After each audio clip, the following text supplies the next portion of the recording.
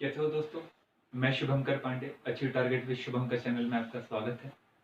हम पॉलिटी के लेक्चर को शुरू कर रहे थे और पॉलिटी के लेक्चर में हम दूसरे देशों के संविधान को या उनकी स्कीम को हम पढ़ने की कोशिश कर रहे थे कि भैया हमारे देश में ऐसी चीजें है क्या नहीं, हम उसके बारे में थोड़ा सा जान लें। जब दूसरे देशों के बारे में पढ़कर बातें हमें समझ में आ जाएगी तो स्वाभाविक रूप से हमारे देश के विषय में, हमारे देश के संविधान के विषय में, कॉन्स्टिट्यूशन के विषय में हमारी समझ भी कहीं ना कहीं उत्कृष्ट हो जाएंगी। इसी दौरान हमने ब्रिटिश का कॉन्स्टिट्यूशन देखा जो अलिखित है, तब भी लिखित है। अलिखित का मतलब क्या था, मैंने आपको उस लेक्चर में बताने की कोशिश की। मैंने वहां के कार्यकारी प्रमुख के बारे में बताया, प्रधानमंत्री, और जो एक प्रमुख रहता है, राज्य का प्रमुख, वो महारानी रहती है परंतु कार्य करती है प्रधानमंत्री के नेतृत्व वाली मंत्रिपरिषद से, और ये जो प्रधानमंत्री रहता है वो निचले सदन से आता है। हाउस ऑफ लॉर्ड्स के बारे में बताने की कोशिश की और वहीं से आपको मैंने वहां का उच्चतम न्यायालय के बारे में बताने की कोशिश की और वहीं से आपको बताने की कोशिश की कि वहां के उच्च न्यायालय को केवल और केवल जुडिशरी रिव्यू करने का अधिकार नहीं, अगर कोई व्यक्ति कानून का उल्लंघन करता है तो उसके तहत उसे दंड देने का अधिकार है। और इसी के तहत हमने बताया कि वहां की जो संसद रहती है बहुत अधिक पावरफुल रहती है एज कम्पेयर टू हमारे देश की संसद। हमारे देश में संसद नहीं प्रावधान प्रमुख है, हमारे देश की संसद सबसे पावरफुल नहीं है बल्कि संविधान है, क्योंकि संविधान से ही संसद को क्या मिली है, शक्ति। तो सबसे पावरफुल भारत में कौन आती है, भारत में कौन आता है, संविधान। और ब्रिटेन में कौन आता है, संसद। और संसद के द्वारा बनाए गए कानून को क्या कहा जाता है, सकारात्मक कानून। कौन सा कानून, पॉजिटिव लॉ। तो हमने ये बात जब आपको बताई तो यहाँ से आपको बहुत सारी जानकारी प्राप्त हो गई। अब इसी के बाद में हम देखते हैं अमेरिका के बारे में। अब ये अमेरिका जो है थोड़ा सा समझने लायक चैप्टर है। अमेरिका का कॉन्स्टिट्यूशन जो है, अगर उसकी पृष्ठभूमि की बात करें तो पृष्ठभूमि से ही अमेरिका के विषय में बहुत सारी जानकारी हो जाएगी। क्योंकि एक शब्द मैंने आपको बताया था, परिसंघात्मक, और एक रहता है संघात्मक, कन्फेडरेशन और फेडरल। परिसंघात्मक, संघात्मक, अमेरिका जो था जब बना 13 उपनिवेशों को मिलकर, ये 13 उपनिवेशों ने जो अमेरिका के थे,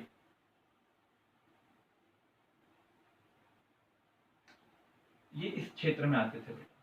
ये 13 उपनिवेश, इन 13 उपनिवेशों ने ब्रिटिश के खिलाफ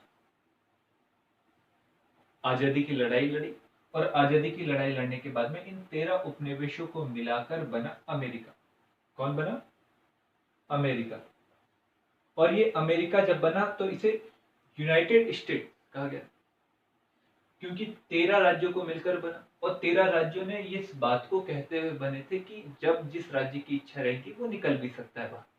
तो प्रारंभ में ये परिसंघात्मक था, पर धीरे धीरे धीरे धीरे ये संघात्मक बदल गया। और इसका प्रमुख कारण रहा 1861 में हुआ गृह युद्ध। और गृह युद्ध के बाद में उस समय के राष्ट्रपति अब्राहम लिंकन ने कह दिया कि भैया किसी भी राज्य को यूनाइटेड स्टेट से अलग होने की आजादी नहीं है। और इसके बाद में प्रत्यक्ष रूप से पता चल गया कि अमेरिका जो है वो एक संघात्मक राज्य। तो अमेरिका कैसा राज्य है, संघात्मक। और संघात्मक की परिभाषा क्या होती है, विभिन्न राज्यों के द्वारा मिलकर बने हुए राष्ट्र, जिसमें राज्यों को प्रवेश होने की तो अनुमति रहती परंतु बाहर निकलने की अनुमति नहीं रहती, उसे कहा जाता है संघात्मक। तो वर्तमान में अमेरिका कैसा राष्ट्र है, संघात्मक राष्ट्र। और इस अमेरिका के संघात्मक होने के बाद में इसकी दूसरी बात यह है जो हमें जानने लायक है,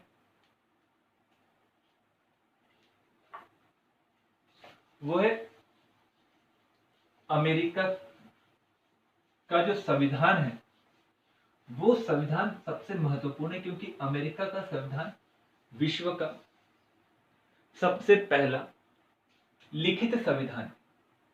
दूसरी विशेषता क्या है, सबसे पहला लिखित संविधान। और ये लिखित संविधान होने का प्रमुख कारण है विभिन्न राज्यों के बीच समझौता हुआ था, और इस समझौतों को ही क्या कहा जाता है, लिखित संविधान। तो इस राज्य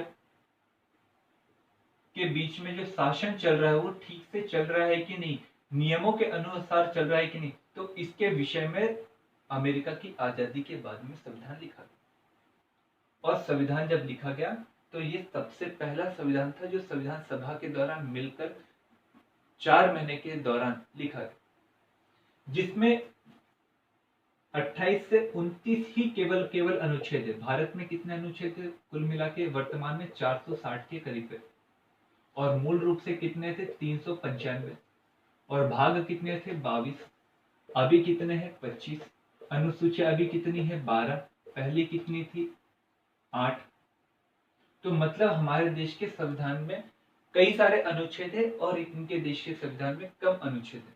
और यही कारण है कि यह संघात्मक है, पर अनुच्छेद कम होने के कारण इस संविधान में कई सारी बातें ऐसी है जो सीधे सीधे है पर बहुअर्थ निकालती है, कई सारे अर्थ को निकालती है। और कई सारे अर्थ को निकालती है तो उस समय में उस अर्थ का सही कौन सा अर्थ है, इस बात को निर्धारित करने के लिए वहां पर जो सर्वोच्च न्यायालय है, वो सर्वोच्च न्यायालय बहुत अधिक महत्वपूर्ण भूमिका निभाता है। ब्रिटेन में निभाता है क्या? नहीं निभाता, पर अमेरिका में निभाता है, क्योंकि अमेरिका में एक संविधान है और संविधान का छोटा रूप है।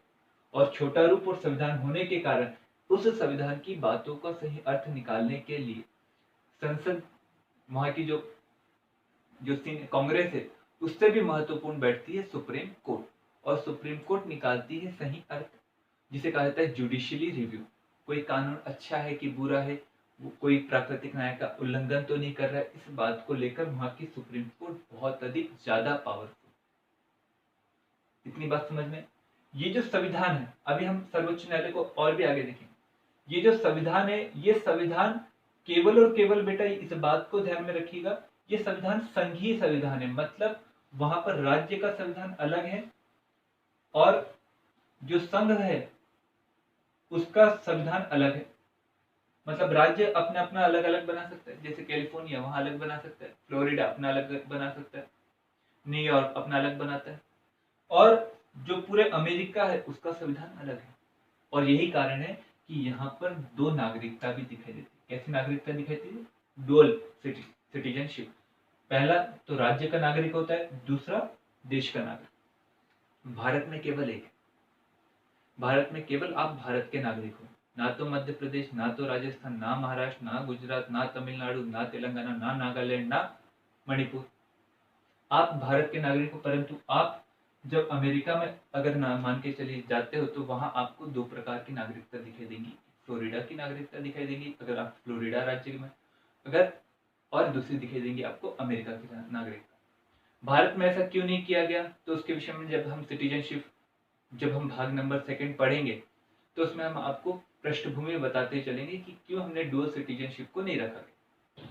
ठीक है, यहाँ पर क्यों रखा गया? क्योंकि कई सारे राज्यों की डिमांड थी कि हमारी संस्कृति बने रहे और हमें हमारी संस्कृति के तहत हमारे नागरिकों का भरण पोषण करने की आजादी हो। तो भैया इसलिए उन्होंने कहा है कि दो नागरिकता का प्रावधान ठीक रहेगा। तो आपको यहाँ तक समझ में? ठीक है, मतलब वहां का राज्य का अलग का संविधान रहता है भारत, और संघ का अलग। भारत में ऐसा नहीं, सबका एक ही संविधान। भाग नंबर 5 में संघ के विषय में कहा गया, भाग नंबर 6 में राज्य के विषय में कहा गया, और केंद्र शासित प्रदेश के विषय में कहा गया 8वें भाग के अंतर्गत आपको दिखाई देगा। तो भैया जो 7वां भाग है वो नहीं है, पर आपको ये समझ में आ जाएगा कि भैया भारत में केवल एक संविधान है।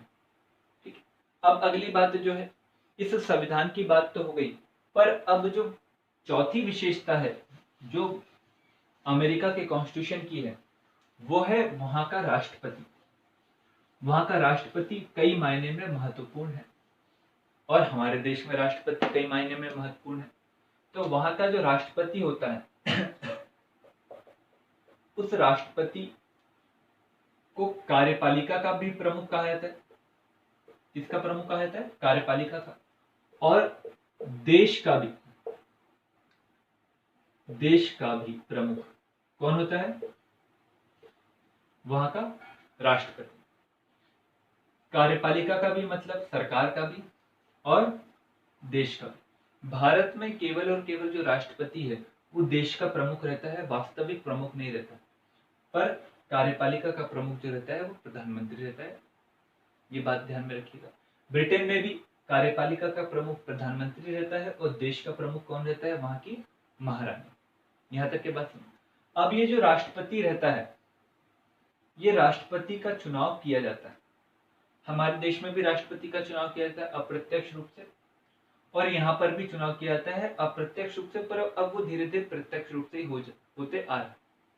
तो कैसे होता है चुनाव, उस बात को हम राष्ट्रपति, जब हमारे देश के राष्ट्रपति के चुनाव के विषय में हम पढ़ेंगे तब हम आपको बताने की कोशिश करेंगे कि राष्ट्रपति का चुनाव कैसे होता है। वैसे तो हमारे देश में राष्ट्रपति के चुनाव के संबंध में जो भी बातें हैं वो हमने आयरलैंड के संविधान से ली है। अब राष्ट्रपति का यहाँ जो चुनाव होता है, चुनाव हो जाने के बाद में इसको जो वर्ष दिया जाता है कार्य करने का, वो रहता है 4 वर्ष। कितना वर्ष रहता है, 4 वर्ष। और पहले जब संविधान जो था उसमें राष्ट्रपति कितनी भी बार चुनकर आ सकता था, 1 बार, 2 बार, 3 बार, 4 बार, 5 बार, चाहे वो कितनी बार। पर जब रूजवेल्ट साहब लगातार बनते आ गए तो भैया कई सारे लोगों को लगने लगा कि भैया अब हमें चेंज करना चाहिए और किसी भी व्यक्ति को अधिकतम 10 वर्षों के लिए क्या करना चाहिए, राष्ट्रपति बनने का मौका देना चाहिए। अब 10 वर्ष, कार्यकाल कितना होता है, 4 वर्ष। कार्यकाल कितना होता है, 4 वर्ष। तो मोटे तौर पर मान सकते हैं एक व्यक्ति अमेरिका में कितनी बार राष्ट्रपति बन सकता है, 2 बार। पर मैं अभी आपको उपराष्ट्रपति के बारे में बताऊंगा कि वो 10 वर्ष तक के बन सकता है अगर उसके साथ में उसके ग्रह नक्षत्र जो रहते हैं उसके साथ में हो तो यहाँ पर केवल 10 वर्ष के लिए बनता है। 10 वर्ष का मतलब ये है कि वो 8 वर्ष, क्योंकि एक बार 4 वर्ष, दूसरी बार 4 वर्ष, उससे ज्यादा वो बन नहीं सकता। पर इसको इसके 4 वर्ष के कार्यकाल में हटाया भी जा सकता है पद से, जिसे कहा जाता है इम्पीचमेंट या महाभियोग। इम्पीचमेंट या महाभियोग, इसको इसके पद से हटाया जा सकता है। उसको हटाने के लिए कई सारे आधार हो सकते हैं, जैसे जघन्य अपराध किया हो, देशद्रोह किया हो, भ्रष्टाचार किया हो, और इन 3 आधारों पर राष्ट्रपति को पद से हटाया जा सकता है। हटाने की प्रक्रिया निचले सदन से शुरू होती है, फिर सीनेट में जाती है। वहां पर निचला सदन क्या कहता है, हाउस ऑफ रिप्रेजेंटेटिव, और ऊंचे सदन को कहता है सीनेट, और दोनों मिलकर बनती है कांग्रेस। जैसे हमारे यहाँ पर लोकसभा और राज्यसभा है, निचला सदन लोकसभा है, उच्च सदन राज्यसभा है, और दोनों मिलकर क्या बनती है, संसद या पार्लियामेंट। तो यहाँ पर जो महाभियोग की प्रक्रिया होती है, वो महाभियोग के जो प्रक्रिया का जो आधार रहता है वो 3 में से कोई भी हो सकता है। पर भारत के संविधान में केवल और केवल संविधान के उल्लंघन के आधार पर ही राष्ट्रपति को हटाया जा सकता है। और ये शब्द क्यों जोड़ा गया, अन्य शब्द क्यों नहीं जोड़ा गया, इसका प्रमुख कारण है कि हमारे देश में राष्ट्रपति केवल देश का वास्तविक नहीं, केवल नाम मात्र का प्रमुख रहता है, और सभी जो कार्य करता है वो प्रधानमंत्री की नेतृत्व वाली मंत्रिपरिषद की अनुशंसा से करता है। तो स्वाभाविक रूप से ना तो वो देशद्रोह का काम कर सकता है, ना वो भ्रष्टाचार कर सकता है, ना जघन्य अपराध कर सकता है। कारण क्या, क्योंकि वो सभी शक्ति का प्रयोग अपने विवेक से नहीं करता है। परंतु अमेरिका में कैसा होता है, अमेरिका का राष्ट्रपति सभी प्रकार के कार्यों को अपने विवेक से, अपनी जो उसकी जो लॉबी रहती है उसके कहने पर वो करता है। तो इसलिए कभी कभार उसके द्वारा किए गए कार्य कहीं ना कहीं देशद्रोह, जघन्य अपराध या भ्रष्टाचार से संबंधित हो सकते हैं, तो उसको शुरू करा जाता है। तो उसको हटाने की जो प्रक्रिया शुरू होती है उसे कहा जाता है महाभियोग की प्रक्रिया। यहाँ तक की कोई दिक्कत। अब जैसे ही महाभियोग की प्रक्रिया आती है तो हमें समझ में आ गया कि भैया वहां पर महाभियोग की जो प्रक्रिया शुरू होती है वो कांग्रेस में होती है, और कांग्रेस में भी निचले सदन में होती है, और निचले सदन से उच्च सदन में आते हैं। तो अब हमें निचला सदन और उच्च सदन के विषय में क्या करना चाहिए, पढ़ लेना चाहिए। तो हम अब उसकी जो 5वीं विशेषता देखते हैं अमेरिका के कॉन्स्टिट्यूशन की, तो 5वीं विशेषता आती है वहां की कांग्रेस के विषय में। तो कांग्रेस हम देखते हैं, कांग्रेस 2 रहता है, निचला सदन, और एक रहता है उच्च सदन, जिसे कहा जाता है सीनेट। कहा जाता है सीनेट। हमारे यहाँ पर क्या कहा जाता है, निचले सदन को लोकसभा और उच्च सदन को राज्यसभा। यहाँ पर टोटल सदस्यों की संख्या है 538, 438 के करीब करीब है, 435 आई थिंक, 435। और यहाँ पर 101 तो 3 के करीब करीब आई थिंक है, और टोटल मिलाकर सदस्यों की संख्या हो जाती है 438, और ये 438 सदस्य है कांग्रेस के अंतर्गत। राज्य जो है, यहाँ पर उच्च सदन में राज्यों की सीटों की संख्या सभी को बराबर है। एक राज्य चाहे उसकी पॉपुलेशन ज्यादा हो चाहे कम हो, उच्च सदन में उसके द्वारा भेजे गए प्रतिनिधि की संख्या क्या रहेगी? समान रहेगी। कैसे रहेगी? समान। चाहे कैलिफोर्निया हो, चाहे फ्लोरिडा हो, चाहे टेक्सास हो, चाहे न्यूयॉर्क हो, चाहे वॉशिंगटन हो, जितने वहां के राज्य है, उन सभी राज्यों की पॉपुलेशन कितनी भी हो, वहां पर उतने ही लोग जाएंगे जितने संविधान में लिखे गए। 2 लोग हैं। पर भारत में कैसे? पॉपुलेशन के हिसाब से। तो राज्य सबसे ज्यादा पॉपुलेशन किसकी? उत्तर प्रदेश की, तो वहां से सबसे ज्यादा लोग जाते हैं। महाराष्ट्र से जाते हैं, मध्य प्रदेश से कम जाते हैं, क्योंकि मध्य प्रदेश की पॉपुलेशन क्या है? कम। तो वहां हमारे यहाँ पर राज्यसभा में सीटों की संख्या जनसंख्या के आधार पर निर्धारित होती है, बल्कि यहाँ पर सबको समान रूप से समान प्रतिनिधि देने की कोशिश की गई। पर निचला सदन जो है, यहाँ पर पॉपुलेशन को थोड़ा सा उन्होंने पैमाना बनाने की कोशिश की, और यही कारण है कैलिफोर्निया या फिर टेक्सास या फिर आप फ्लोरिडा वगैरह देखेंगे, ये बड़े राज्य कुछ आते हैं, और इन राज्यों की सीटों की संख्या अन्य राज्यों की सीटों की संख्या में थोड़ी सी ज्यादा है। और कुछ यहाँ के संविधान राष्ट्रपति के चुनाव में कुछ ऐसा गड़बड़ भी हम आपको बताएंगे पहले, तो आपको वहां पर क्लियर भी होते चलेगा। तो आपको यहाँ पर क्लियर होते चलेगा, वहां पर निचला सदन उच्च सदन होता है, भारत में भी होता है। अब ये बात होती है, जो उच्च सदन होता है, उस उच्च सदन की जो अध्यक्षता करता है उसे कहता है वहां का उपराष्ट्रपति। हमारे देश में भी क्या होता है, जो उच्च सदन रहता है उसका जो सभापति होता है वो रहता है कौन? उपराष्ट्रपति। बात बस इतनी है कि हमारे देश में जो प्रावधान उपराष्ट्रपति का लिया है वो अमेरिका के संविधान से लिया है, परंतु कुछ चेंज किया है। अमेरिका में अगर राष्ट्रपति के ऊपर महाभियोग लगाकर पद से हटाया जाता है, या फिर उसकी मृत्यु होती है, या वो त्याग पत्र देता है, तो उपराष्ट्रपति राष्ट्रपति के पद पर बैठता है, और वो शेष काल के लिए बैठता है। कितने काल के लिए बैठता है? शेष काल। परंतु भारत में जो होता है, वो व्यक्ति अगर उपराष्ट्रपति राष्ट्रपति के पद पर बैठता है तो लिखा गया है कि 6 माह के भीतर भीतर हमें चुनाव करवाना होगा। मतलब हमारे देश में उपराष्ट्रपति राष्ट्रपति के पद पर केवल 6 माह के लिए ही बैठता है। ठीक है, कोई दिक्कत है यहाँ तक? फिर बाद में क्या बन जाता है? वो उपराष्ट्रपति आ जाता है, राष्ट्रपति के पद से हटकर फिर उपराष्ट्रपति पद पर आ जाता है।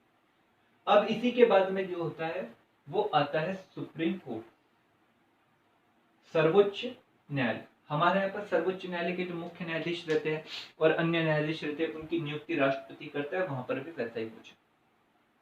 पर यहाँ पर इस बात में अलग है कि यहाँ पर जो न्यायाधीश बन जाता है सर्वोच्च न्यायाधीश, उसका कार्यकाल जीवन पर्यंत रहता है। उसका कार्यकाल कहाँ तक रहता है? जीवन पर्यंत। मतलब एक बार नियुक्त हो गया तो उसके बाद में जब तक इसकी मृत्यु नहीं होती तब तक के वो क्या रहेगा? Chief justice of America. हमारे यहाँ पर ऐसा नहीं। 65 साल हुआ आपको, उसके बाद में सेवानिवृत्त किया जाएगा, सेवानिवृत्त किया जाएगा। ये बात थोड़ी सी आप ध्यान में रखेंगे। तो ये अमेरिका का थोड़ा सा कॉन्स्टिट्यूशन था, इसको हमने आपको समझाने की कोशिश की। बाद में कुछ और भी बातें आएगी, वो बातें हम टॉपिक के साथ में रिलेट करके बताने की और कोशिश करेंगे, जैसे कि राष्ट्रपति का चुनाव, जैसे कि उपराष्ट्रपति और हमारे उपराष्ट्रपति में थोड़ा और अंतर, वो हम उस समय में बताने की कोशिश करेंगे क्वेश्चन के रूप में।